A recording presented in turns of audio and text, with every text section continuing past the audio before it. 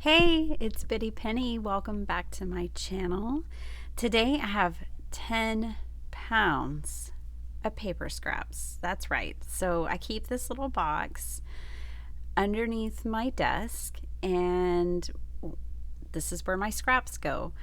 I know there's different ways to keep scraps. Like some people keep it by color, some people keep it with the paper pads. I'm trying to go that direction with the paper pad part, putting my scraps back in with the paper pad, but I've always just thrown them in this box. So now I get the joyous pleasure of hanging out with you and processing my scraps. So I'm just kind of showing you here what all is in this box. It's pretty extensive. I don't know how long it took me to fill up this box. I want to say a few months. Okay, so there's all sizes, all different types of pattern paper, tea-dyed paper, everything is in this box. So there's even a junk journal right there at the beginning of. I took out the smallest pieces first, which I tend to put in the front. So I do kind of put things in there by size, and that's it. So if you're a paper crafter like me and you make a lot of cards and you use 6x6 paper pads, then you probably have a lot of this type of scrap. This is the 2" by 6" classic scrap from your 6x6 paper pad.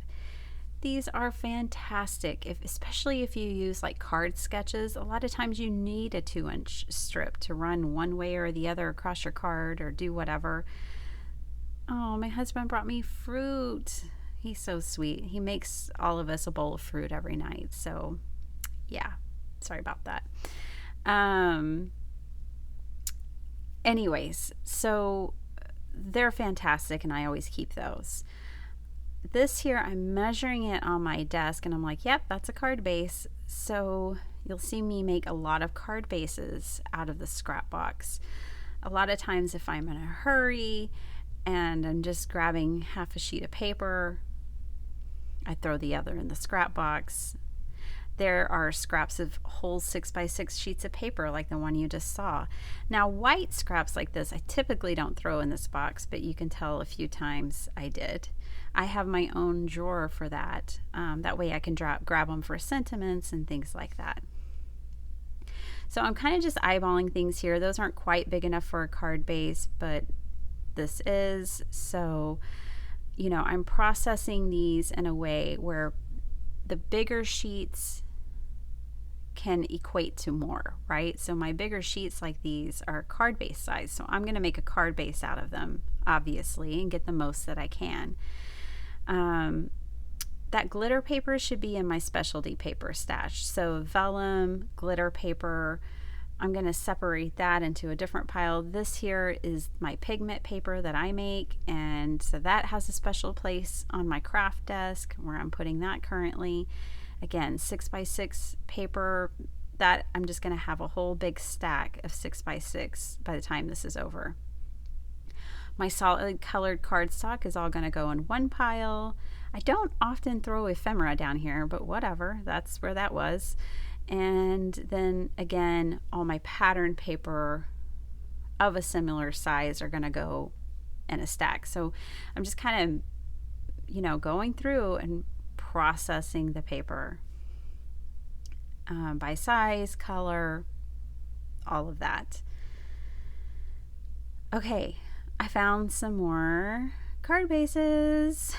So I'm showing you here how many I've already made from this box, and I'm gonna have a whole bunch more, which this is really exciting, right? So I remember cutting these paper up. I cut the sheets, they were 8.5 by 11.5 because I was making rainbows and I needed all the colors, you know. So now I have all the colors of card bases. So let me know down below, how do y'all keep your scraps? Do you do it like me and then you have to process it, or do you do it a different way?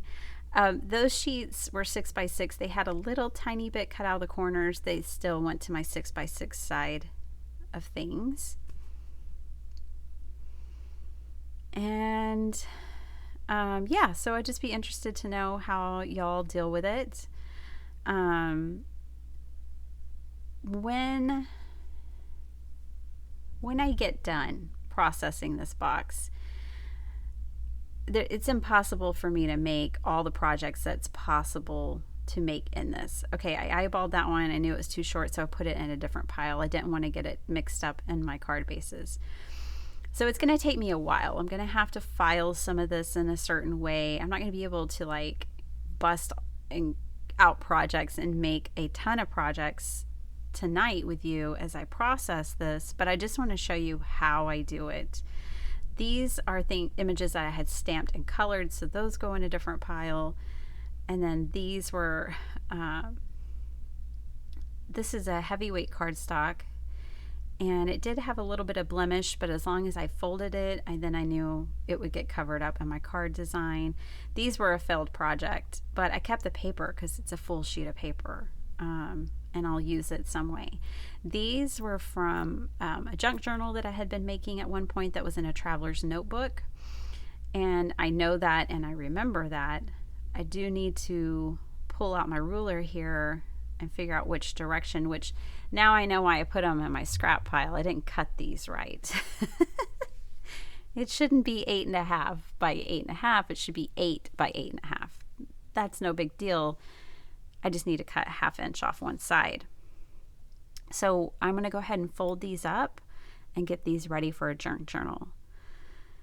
So what I can do with y'all tonight is show you the beginnings of a junk journal and the beginnings of some cards so you get some ideas about what to do with all these scraps. I was able to go through my scraps. So again, it was 10 pounds. I don't know how else to quantify it for you rather than weighing it the way I did. And I was able to get a ton of card bases. Fantastic. As a card maker, yay. I got all of those card bases. These are all going to be card fronts. Now, some of these were in my scrap pile. They were from card classes. I used to do card classes before COVID, and these were kind of leftovers from that. I'm going to pull some of those out, the thank you ones out for tonight, because they already have a sentiment. Awesome. And, but what I do is I organize these then in my craft room. So, you know, all my card bases are just going to go with my card bases. And those card fronts, I have a special container that I keep those in. Now I have all of this pattern paper. So this is all the pattern paper I have left from that stash, and this is the beginnings of a junk journal. So I think this is quintessential junk journal here when you are just going through your scrap pile and just folding it all in half and putting it in a journal. Like I don't think it gets more junky than that. Well, I mean, it could, but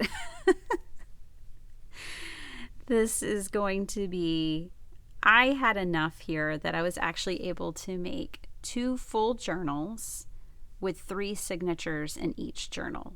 So all of my larger pieces of paper here, any size really, I'm just folding it in half and putting it to the side. Okay, so when they have just one side printed, sometimes I fold it like this where the printed side is on the outside, and then other times I fold it to where the white is on the outside. That way when you're flipping through the junk journal, you don't just have like all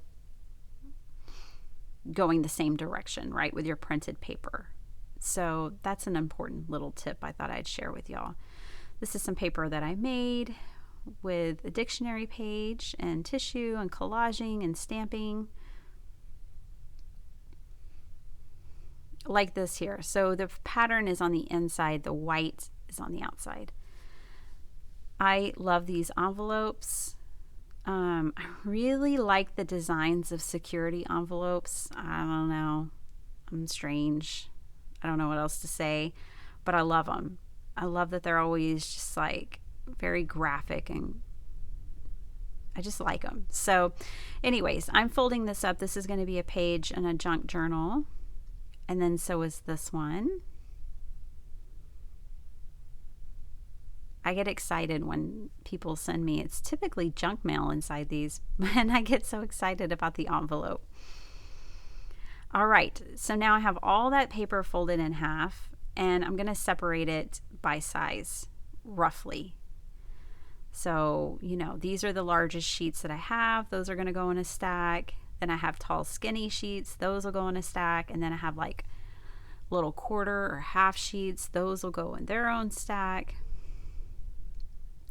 If you're not a junk journaler, you could have turned a lot of this into card bases or card fronts very easily. If you're not a junk journaler, you probably don't save envelopes, but I am. I do both. So this is truly just a full mix-up here. All right, now that I have everything separated by size, I can start building my signatures. And I am not thinking about it too much at all. I'm just putting these pieces together. I'm not worried about their sizing because I know that I'm going to have to trim all this down to fit the size journal I want to make. So these right here are going to be an A5 size journal, which is a pretty good size. I actually really enjoy working in an A5. All right, so here are my 3 signatures for a traveler's notebook junk journal, and here are my 3 signatures for the A5 journal. I already trimmed them. It was very easy to do. And now this is all the paper that I have left from my 10 pounds. This is everything. So then I separate that by size. I already know that this is all patterned paper as well. So now that this is all separated by size, I pull out some of the card bases that I had made out of this scrap bin, and I'm just going to throw together 2 cards for you here super fast. So, if you were stuck and you didn't have motivation to create, like you wanted to create but you didn't have anything in mind, maybe you felt creatively stuck, then this would be a great project to work on. Like just mindless crafting. You just throw some stuff together and you make a card. You could easily, out of these scraps that I have left, I bet you could easily make 100 cards. And you would just have to, you could do whatever you want to do. But when I am working with something like this, then of course I just try to find patterns and colors that work together, but they're very collaged would be the style. A lot of layering and collaging of the pieces that you find in your scraps. And I think they turn out great. It's not going to be everyone's aesthetic, and you wouldn't have to use your scraps in this way, but this is just a fun way to do it. I do keep my 2x6-inch scraps kind of in their own thing, their own file, once I've sorted them out like this, separate, because I know that they'll come in handy if I ever do card sketches or just for simple, clean and fast design. But for all the other scraps where you're just not sure, you just throw a card together the way I did here. I'm looking through these because I remember that I had a couple of scraps that just had a bunch of small sentiments on them, and I am going to find them. There they are, and I figured I could cut one of those out and throw it on this card, which it totally worked. I believe it says celebrate today. And I actually think I'll throw this into my Dell's Children's donation box, because I think a kid would love to get this card. Maybe that's another idea. Process your scraps and make a bunch of cards for donation. In case you didn't know, I have a kindness card club that I donate to Dell's Children's Hospital, to a local nursing home, to my church, and there's also a group where you can just submit cards for fun, and I do a giveaway. Whoever submitted a card gets entered into the giveaway, and then someone's name gets drawn and they get all the fun cards. So, that would be another way to use your scraps. So this is a common design for me where I make a grid. So yeah, I even keep, they typically have to be, well, definitely 1/4 inch, but typically 1/2 inch strips is what I keep, because I know I can make this design. And I love making this design. So sorry, a little bit of this is off frame, but this is one of the card fronts that had a sentiment stamped on it that said thank you. So that's down in the bottom right corner of this card base that I'm working on. And then I'm just building this woven looking grid up at the top with my scraps. And once I get this all put together, then I will bring in a piece of ephemera. And it's just a super fast, super fun card. You could turn these out, and I just love making them myself. So I hope this helps you. I hope this inspires you maybe to go through your scraps, and maybe to organize your scraps so you don't have to go through them like this. But either way, I hope this video inspires you, and gives you some ideas, and has you revisit and shop your stash, what you already have. Maybe you can find a new design that you really like making. This one, the grid that I make, the paper weaving that I do, I did it when I first started dealing with my scraps in my craft room. So thanks so much for hanging out with me. I hope you enjoyed it. I know I did. Please like, subscribe, leave me a comment. I'll write you back. We can have a chat down below. All right. Have a wonderful day. Bye.